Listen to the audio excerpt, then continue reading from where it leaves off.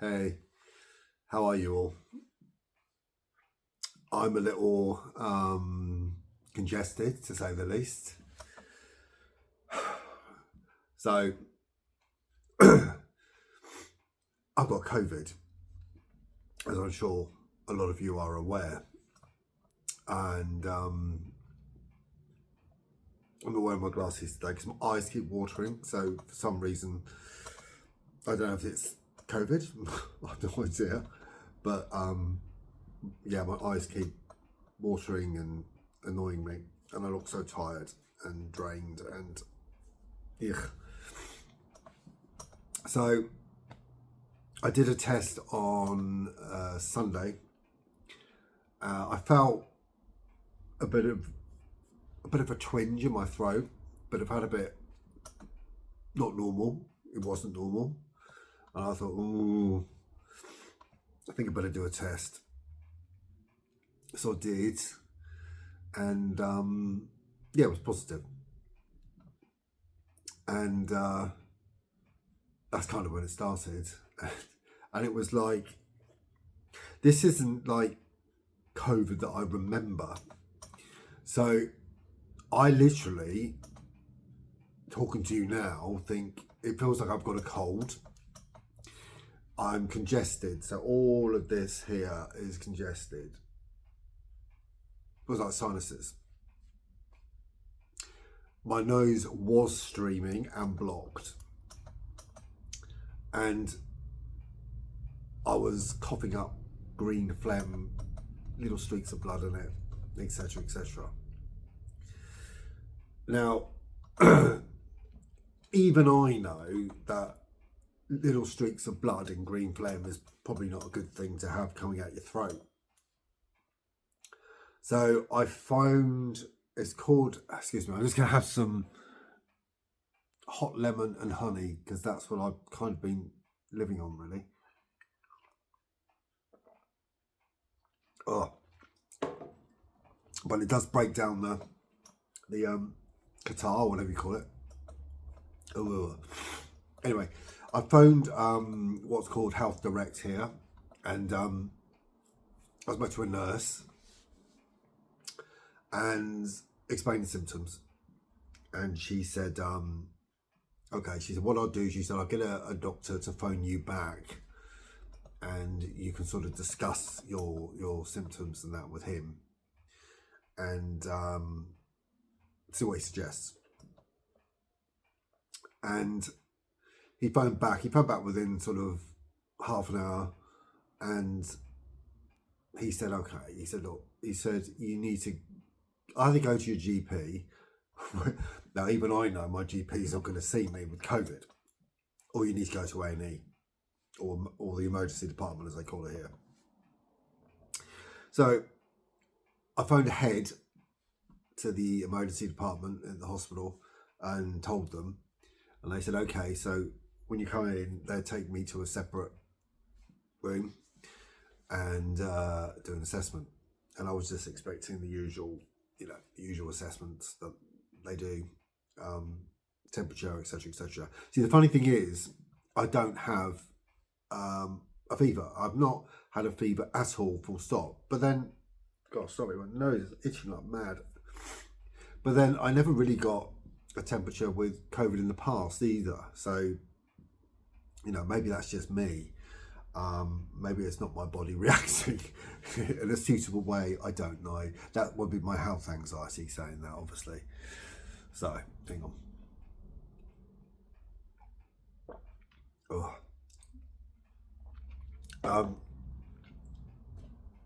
So, I triaged him and I was taken to this separate room. Doctors, nurses in this garb, mask, etc. I had a mask on as well, obviously. And she said, right, they did a chest x-ray and they did an ECG because I did have some chest pain. And I thought where I was coughing. Now, to be honest with you, the first time I had COVID, or the first or second time I had COVID, I was coughing quite a lot. and I did kind of strain my chest, and I thought, hang on, that's probably what's going on here. It was only painful really when I coughed. So, but anyway, I explained this, and they said, well, we're going to do a chest X-ray because just to make sure there's no, I don't know, no gunk on the chest, I guess, just to make sure it hadn't turned nasty. So they took me in, chest X-ray done. All of this was done. So from me getting in the hospital to me leaving the hospital was done in under an hour, which is amazing. God, that's yeah. I mean, in the UK, I'll probably still be sitting there today, to be honest with you. Anyway, the chest X-ray came back fine, no problems, nothing. Fit healthy. She said, well, we'll do an ECG because of the chest pain. So they did the ECG, and yeah, that was all fine.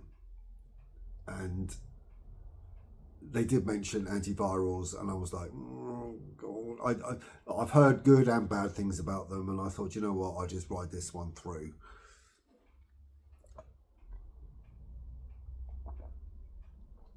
So yeah, no antivirals, which it suits me because they're supposed to be quite nasty things. And I think it's only supposed to shorten whatever you get by about 24 hours. It does stop anything nasty from happening, obviously, but I'm hoping, you know, that's not gonna be the case. So I'm off work. I did sort of tell my manager about it, and I'm kind of, do you know that there are no rules in place now to say that I need to stay off work, but I need to stay off work because I feel absolutely rotten, so I don't feel well at all, and obviously to protect other people, and I'm still testing positive for COVID, so yeah, I need to because I'm contagious in effect. So I mean, the funny thing is, look, when you look at COVID now and you look at COVID in the past, how things have changed, it's quite bizarre. So it got me sort of reminiscing a bit, and I know that sounds strange because COVID and the pandemic was such a nasty thing. It's still nasty for certain people, and I'm one of those people that gets it a little bit worse than other people. But at the beginning, I mean, the first time I had it was back in, oh my God, I can't even remember. It's 5 years ago, wasn't it? So March 2020. And I literally just lost my taste and smell, and that was it. It had gone. My voice went, and I was a bit hoarse. But apart from that, that was it.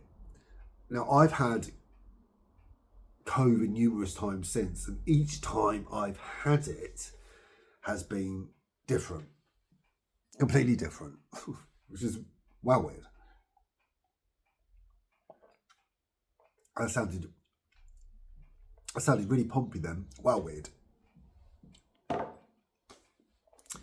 And I know when Daryl gets it, he doesn't really have any symptoms, so he's not asymptomatic, but he doesn't have a lot of symptoms that he has to deal with.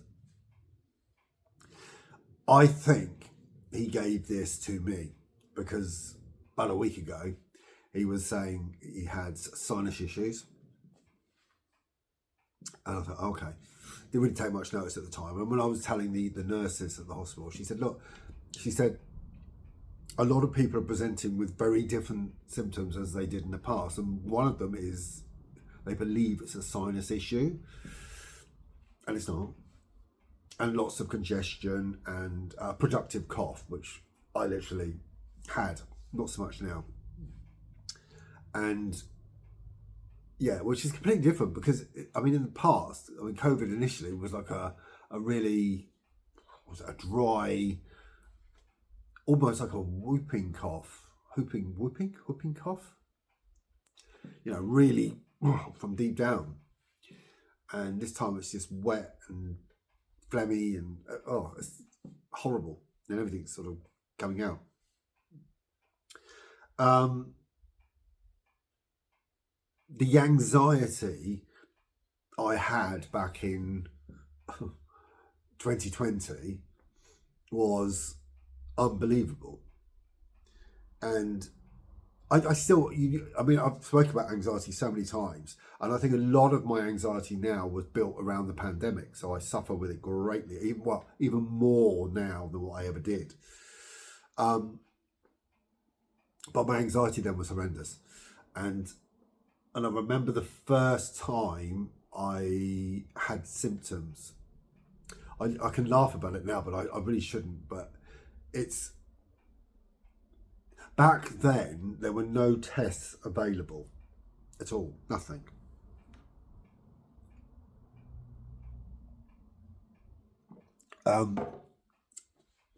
So I took the usual precautions. Back then, it was a case of you would have to. What did you have to do? I think I had to phone work, obviously, and tell them. The first time I had it was loss of taste and smell, but because it wasn't on the government list of recognised symptoms, I had to go to work. I was going to work with COVID. And at the very beginning, going into work, because I worked for Tesco, and I worked on the customer service desk. And I remember that the first day after the Prime Minister, Boris Johnson, gave his address to the nation telling us all to stay at home. I mean, obviously, as a key worker, which I was, I had to go to work. So that first morning when I got in, the customer service counter was barricaded up. There were it was really odd. There were like crates pushing out from the customer service desk so customers couldn't get too close. At that time there were no screens or anything, not that it would have made any bloody difference. And I just remember the queues of people waiting to get in with the masks. And gradually over time, Tesco itself sort of changed. There was a traffic light system in place to allow a certain number of customers through. The government, the odd thing, the government kept on issuing different guidelines week by week. It almost felt day by day. I apologise because it's gone a little bit dark, but the electricity has gone off. So we're having electric stuff done outside today. So I do apologise. It's everything's gone dark. Apologies, but hopefully you can still see me. Anyway, Tesco. So yeah, they had like a traffic light system in place, and you're only allowed to buy a certain number of items and all the rest of it. And it was quite, it was quite draconian, really draconian. Can't even say that. And again, I can look back on it now, and I do it with a wry smile, and I just think it's funny. It was just funny looking back on it. And then the masks came in, and then we were issued with company masks and all that type of stuff. We finally got, because all the masks and PPE was actually going to the people that needed it. So poor old shop workers, we didn't have a chance. And my colleagues were dropping like flies. They were getting ill. I had it that first time, so I didn't get it for a short while after, but I did get it again. And my symptoms were on the government list. I had to stay off, and I was paid. I was never furloughed from Tesco, obviously being a key worker, but I was working in a pub, the Newcombe Arms, as well, so I was furloughed from there, and I was still paid by the government to basically do nothing. So I just did extra shifts at Tesco, as you do. Despite everything that was going on, I got on with life and I worked. And I think my anxiety is, yes, it goes back to that time, but it's kind of built on that necessity or the need for me to work, where other people were sat at home doing nothing. I would have loved to have done that, I used to go out walking daily. I would do really, really long walks down to the seafront, get some sea air and all the rest of it. Other people would be down there. You'd sort of socially distance. You'd all be wearing masks. Excuse me.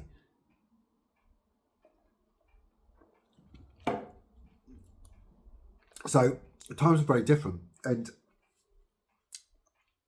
working at Tesco is really memorable for me. We were all like a family, and we all were there for one another during those awful years. And we had people working for us from all walks of life. We had people from the theatre.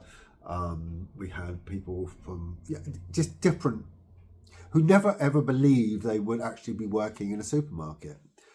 They came to work. Because I suppose a bit of that was, yes, they needed money, but also, it's help out because the country needed it. And we celebrated different events there. Like there was the VE Day where the people from the theatre actually put on a show in Tesco. And everything else was shut down. So restaurants, theatres, cafes, everything was shut. So we were kind of like a small hub of a rather large community, if you like. And it made me happy. It made me happy to go to work. And I miss it. And I know it's an awful thing to say, but I do miss that camaraderie. I miss the contact with other people, which back then, although we were socially distancing and technically nobody was supposed to be working or having contact with people, I was still in that supermarket. I still had contact. I was wearing a mask and all the usual get up, but I had contact with people, and that was so important. I met many people. Mrs. Fisher, dear old lady who's sadly no longer with us, who died shortly after COVID, actually. And she came in specifically to have a chat, and we would talk, and it was her, it was her outlet. It got her out of a really lonely place, and she was wonderful. And I took her flowers at her home, and I left them for her. And we built up a really good friendship, and I do miss that aspect of it, because the people we had around us were really, really lovely. Look, I have many gripes with Portsmouth and my life there, but the people are just the best, salt of the earth. They really are, and I miss that aspect of life. I really do. Today, COVID has moved on, obviously, and it's not what it was. And I've had COVID quite bad in the past with breathing difficulties. I haven't had breathing difficulties this time, and I've got an oximeter to check my blood oxygen levels, etc. Everything's okay, and as I said, this really does feel like a cold, and as long as over the next 4 days that I'm off, as long as nothing turns and for the worse, I should be fine to go back next week.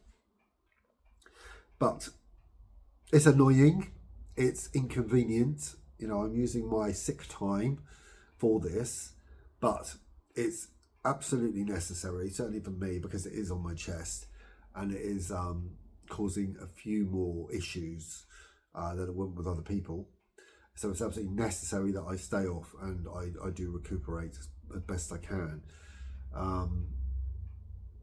The fact that they turned the electricity off today, what I could do with warmth, neither here nor there. So the fire's gone off, and what do I do?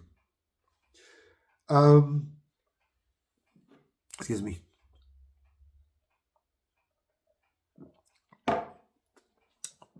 Oh, that was the last bit of the lemon. Oh, and that really cuts through. Jesus.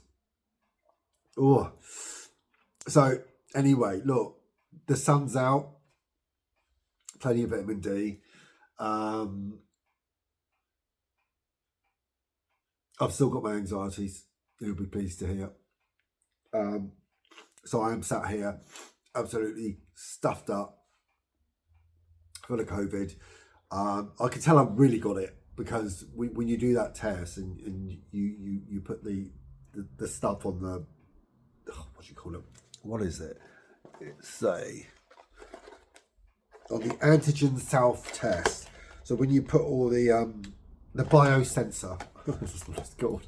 So when you put your saliva on the biosensor, that second line immediately goes pop and it's up fully. So yeah, it's there. It's going to be there for a while, I'm sure. And this is day what? So Sunday I tested positive, Monday, Tuesday, Wednesday, day 4. Sunday, Monday, Tuesday, Wednesday, day 4. So it was Sunday morning. Now Daryl certainly hasn't got COVID and he's testing every day. But that's because he gave it to me, and he hates to admit it, but that is the case. He doesn't actually truly really believe in testing now, and just we should all get on with life. Probably right. But I had to test because I know how bad I've had it in the past. And it wasn't great. So, COVID.